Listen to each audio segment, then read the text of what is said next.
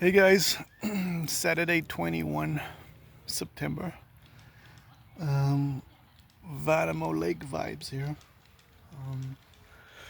Got my juice, got some chips, got the shades, just taking it easy. Spent the whole day just about working on my pitch for next week. Actually, two pitches. I got two talks that I'm giving. So, yeah, just taking in a little bit of the sunset, and then yeah, recharging back to the office again in the morning. So just taking a bit of time out, just changing gears, and then back. Cool.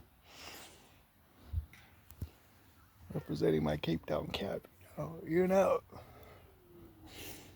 Cool. Wow. Take it easy.